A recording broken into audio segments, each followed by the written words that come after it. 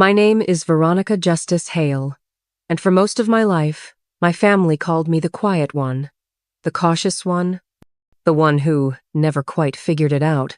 My sister Madeline was their shining star CEO by 35, media darling, the one they bragged about at every dinner party. And me?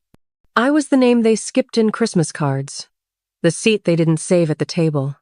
They said I was wasting my potential, said I lacked ambition, that I'd never survive in the real world. What they didn't know, what I never told them, was that I had spent years building something they couldn't see. A reputation in the shadows. A voice in a system that rarely listened. A seat in a courtroom where power had no last name. But I never imagined the day would come when those two worlds, my family's judgment and my professional silence, would collide in a single moment of reckoning. It happened in courtroom 3C at the federal courthouse in D.C., the day my sister Madeline stood trial for wire fraud and securities deception. I was there, seated in the back row, unrecognized, anonymous in a charcoal suit. My parents didn't even glance my way. And then, mid-session, the presiding judge halted the proceedings. "The scope of this case," he said, "requires a federal bench clearance we currently lack." He turned, slowly, eyes scanning the back. Then he said the words that cracked the air open like thunder. "Veronica Justice Hale, would you take the bench?" My mother gasped. My father stood. Madeline went pale. I rose. My name echoed off the marble. I wasn't invisible anymore. I was the one holding the gavel. I was born in Asheville, North Carolina, in a house where silence meant order and praise was reserved for perfection. My sister Madeline fit that mold from the moment she could walk. Blonde curls, flawless grades, a talent for charm. She was the daughter who made our parents' faces light up at parent-teacher conferences. I, on the other hand, was the quiet one. Too curious. Too soft-spoken. Too much of a question mark in a family that wanted exclamation points. By age 10, Madeline had already been cast as Juliet in the local theater's spring play. I got a bronze medal in a school writing competition and taped it to the fridge. It was gone by morning. When I asked where it went, Mom just said, "It didn't match the kitchen." That's the kind of home I grew up in, where achievements that couldn't be framed in a holiday letter were quietly erased. In high school, I gravitated toward the school library like it was the only place oxygen lived. I read legal case books for fun, annotated every news article about civil rights with a red pen, and memorized closing arguments like most kids memorized song lyrics. But at the dinner table, no one asked about my interests. They asked about Madeline's internships, her boyfriend in pre-med, the internship she landed at a biotech firm 2 towns over. Once, I mustered the courage to say I was thinking about law school. My father, Douglas Hale, former corporate executive turned small-town investment advisor, didn't even look up from his roasted chicken. "Law?" he muttered. "Too much debt, too little return. You should think about something safer. Maybe dental hygiene." My mother nodded while reaching for the salt. "Or speech therapy. Something useful." I remember sitting there, the steam from my plate rising like smoke from a fire I wasn't allowed to name. Jules, my best friend since 6th grade, once said, "You were born into the wrong script, V. But maybe that just means you're supposed to write your own." That became a quiet mantra I carried into college. I left home at 18 with a partial scholarship to UNC Chapel Hill and 3 boxes of books. No family send-off. "No, we're proud of you." Just a ride, share driver, a prepaid phone plan, and the echo of "Don't disappoint us" ringing in my ears. College was a breath I'd been holding for years. I majored in political science, minored in philosophy, and worked nights at the campus legal clinic. I rarely called home, partly because I was too busy, partly because silence hurt less than the sound of indifference. It was Professor Robert Henley, who changed everything. He taught advanced constitutional law, and from the first lecture, I felt like someone had finally turned on the lights. After reading my second-term paper, he stopped me after class. "You ever consider clerking?" he asked. I shrugged. "Not seriously. Me family doesn't think I'm cut out for that world." He leaned against the desk and smiled. "Then it's a good thing it's not their world to begin with." Under his guidance, I interned with a state judge my junior year. Then came law school at Georgetown, a federal clerkship in Baltimore, and eventually a rare opening on a special review panel that handled sensitive federal cases. Every step forward, I kept quiet.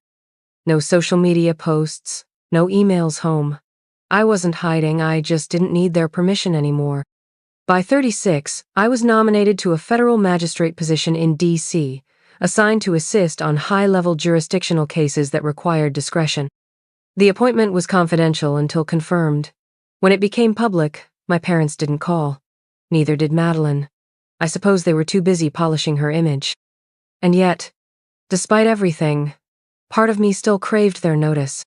I wouldn't admit it out loud, not even to Jules, but every bar exam passed, every hearing won, every sleepless night writing decisions with footnotes so clean they could slice some part of me hoped they'd hear about it, that they'd finally say she made something of herself. But it never came. Until that courtroom. But that part of the story doesn't start here. It starts with Madeline's fallen the first time I saw my family in nearly 7 years. Not at a wedding, or holiday, or funeral, but in the federal courthouse, sitting in the front row behind her, whispering with a lawyer about image damage and restitution strategy. They didn't see me. Not yet. But they would.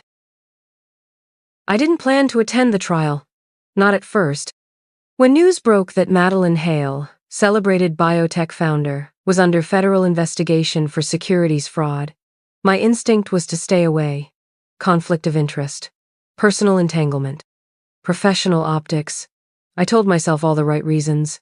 But then I read the preliminary charges: wire fraud, false statements to investors, misuse of federal grants, and I recognized the pattern. Madeline hadn't just made a mistake. She had built a company on a scaffolding of deception. And it wasn't the first time she'd lied. 2 years earlier, she'd asked me to glance over a licensing agreement between her company and a federal research agency. I reviewed the document on a weekend flight, flagged 3 major compliance red flags, and emailed her detailed edits. She never responded. Weeks later, I saw her quoted in a business journal, praising herself for catching the legal loopholes sword for word from my summary. That was the last time I answered her emails. Now, here she was, on trial in courtroom 3C, the very place I'd spent the last 4 years helping rebuild public trust in a system too often bent by wealth and polish. I didn't go to support her. I went to witness the truth. I wore no robe, no badge, just a gray blazer, dark slacks, and a lanyard identifying me only as a judicial staff observer. From the back row, I saw my parents before they saw me. My father in a navy suit too tight at the collar, my mother in pearls and practiced poise. They were seated behind Madeline, nodding as her defense attorney whispered strategy. They looked comfortable, like they still believed she'd walk out of this untouched. The hearing began on schedule. The prosecution presented emails, wire logs, and altered reports. They displayed timelines and voice recordings, one where Madeline promised a return on investment that violated federal cap limits. Her voice, so confident, so calm. It was like hearing a song I used to love played in a key I no longer recognized. Still, she sat tall, perfect posture, a small smile. I'd seen that smile before at school recitals, science fairs, even funerals. It was her armor, charm as a shield, manipulation as muscle memory. The courtroom was packed with reporters, investors, and former employees. Her defense was leaning heavily on jurisdictional gray areas, arguing that parts of the case didn't fall under federal purview. It was risky but clever. If the presiding judge couldn't establish jurisdiction, the entire trial could derail. That's when I noticed something strange. Judge Connolly, a seasoned district judge, kept glancing at the clerk's bench, his brow furrowed, jaw tense. Then, 30 minutes into the session, he lifted his hand. "Court will recess for 10 minutes, he said. His voice was steady, but I saw it, the uncertainty in his eyes. I stepped out into the hallway for water, and that's when it happened. I heard him. Not in the courtroom, but in a side hall, behind the frosted glass door. I don't have the clearance, he was saying into the phone. This crosses federal contract territory. We need a judiciary officer with bench clearance for crossover funding cases. Silence. Then, is Hale on site? My stomach flipped. A moment later, my own phone buzzed. An internal message. Be prepared. You're being activated for Bench 3C. I stood still, staring at that message. I knew this was possible. Weeks earlier, the chief magistrate had warned me the case could escalate. Since I had a personal conflict, I had recused myself as led, but they'd listed me as emergency standby should jurisdiction become a problem, and no alternative could be arranged in time. But I never imagined they'd actually call me in. Not today. Not this case. When the judge returned, the room fell silent. This court, he began slowly, has encountered a jurisdictional issue that requires immediate remedy. The nature of federal funding involved in this case and the timeline of alleged violation succeeds the parameters of this court. He turned and looked directly at me. Pursuant to Order 11, CF 27, I hereby defer to the jurisdictional authority of Magistrate Judge Veronica Justice Hale, who is present and cleared. Gasps rippled through the gallery. My parents turned as if yanked by invisible string. My mother's hand flew to her mouth. My father's expression hardened into confusion. Madeline's jaw twitched. I rose. Calmly. Deliberately. I walked past rows of reporters and spectators, each step sharp against the marble floor. All rise, the bailiff called. For the Honorable Veronica J. Hale. The gavel felt familiar in my hand, smooth, balanced, worn. My voice, when I spoke, came steady. This court now proceeds under federal jurisdiction. All prior objections are noted. Let us continue. I didn't look at my family. Not yet. Not as I outlined federal statute, clarified the applicable case law, and granted the prosecution's motion to reframe their case under the appropriate statutes. The defense attorney fumbled, clearly unprepared for the escalation. I remained professional, restrained, but every decision I made sent a quiet, resounding message. I am not the girl you dismissed. I am not the failure you pitied. I am the one they now call Your Honor. By the second day, the courtroom no longer felt like a place where Madeline Hale might walk free. It felt like what it was always meant to be, a place where truth demanded air. And I was the one ensuring it could breathe. I maintained distance, not just professionally, but emotionally. No eye contact with my family, no lingering glances, just the law. Every motion ruled upon, every objection handled with clarity. The prosecution built its case brick by brick, false valuations, altered grant reports, forged performance data. Madeline's legal team scrambled to slow the bleeding, but nothing they offered could match the weight of what was coming.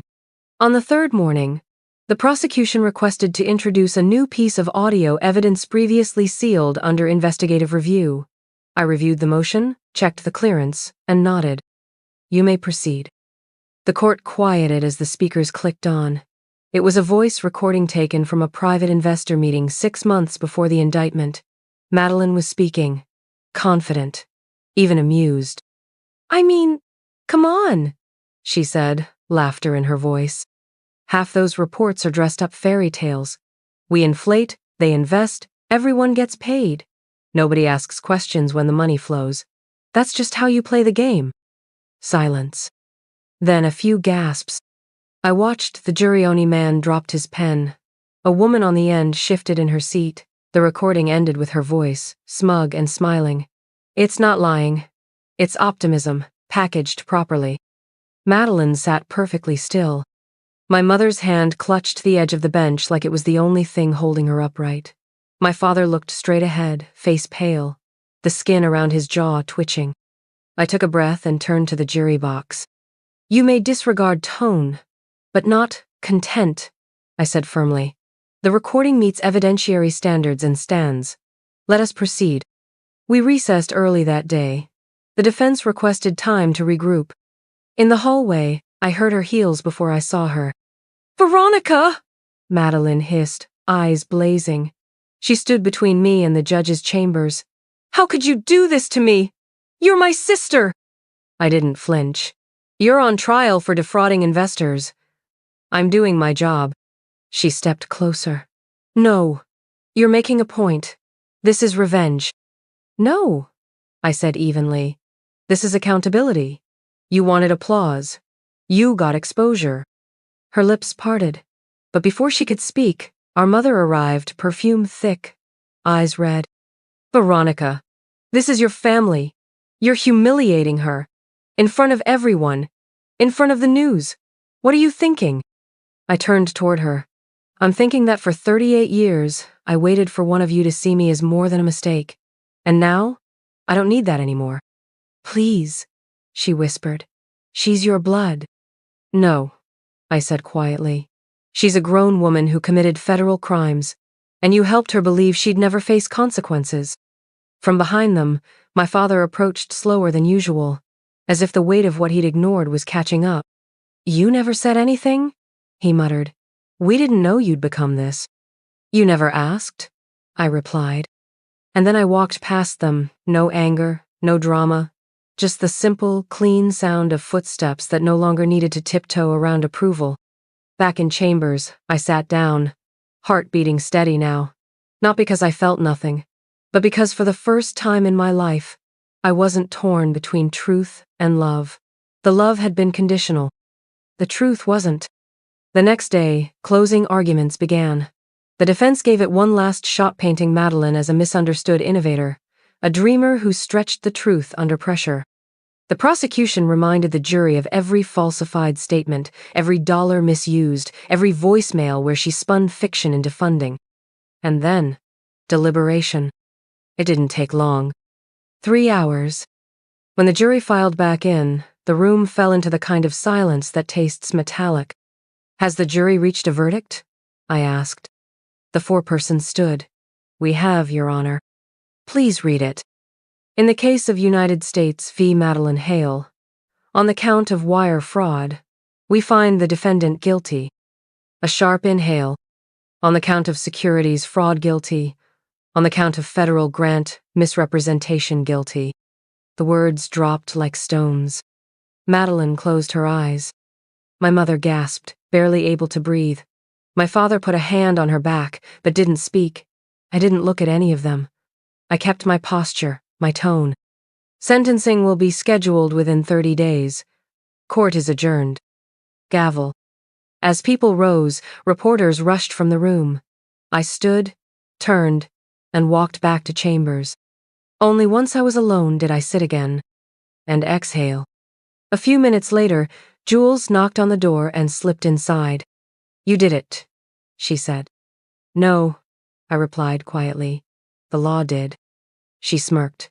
Sure, but the law didn't walk in there like a ghost and walk out as thunder. That was you. I smiled for the first time in days. And when she left, I sat alone with the silence I used to fear. But this time, it felt earned. The weeks after the verdict were quiet in a way I'd never experienced. Not hollow, not lonely, just still. Madeline's sentencing made the news. Investors sued. Her company was gutted. Her image erased from every glossy magazine cover our mother once framed. I didn't follow the updates. I didn't need to. My part was done. In chambers, I returned to work rulings, mentorships, long opinions that demanded clarity and patience. I found peace in the structure. There was no applause, no spotlight, just the law. Just the sound of my own steady voice, no longer shaking. One morning, as I was leaving court, I passed a reporter outside who barely looked up. It hit me then. I wasn't a headline anymore. I was just Veronica Hale. And for the first time, that felt like freedom, not erasure. A few days later, Jules and I sat on a park bench overlooking the Potomac. She handed me a folded clipping from a legal journal. They called you the quiet spine of integrity, she said. I smiled. That's better than failure. My parents never called. My mother sent a belated Christmas card in May, blank inside except for a pre-printed wishing you peace. I didn't respond. There was nothing left to say. In late spring, I gave a guest lecture at a law school. It was small, just 20 students, fluorescent lights, scratched desks. But when I stood at the front and introduced myself as Judge Hale, I felt something shift inside me, something click into place. Afterward, a student waited behind. She was young, uncertain, her voice barely above a whisper. "How did you do it?" she asked. "How did you become someone they had to respect when no one ever believed in you?" I paused, then looked her in the eye. "You stop waiting," I said. "You build a life so steady, so undeniable that even the ones who looked away have to feel your name in the room." She nodded, biting her lip, then walked away, and I stood there a while longer, letting that moment root itself inside me.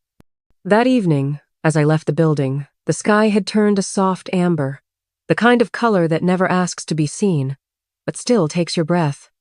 I didn't need applause, or vindication, or even their regret. I just needed this, to walk into the world with my own name, and know that it was enough.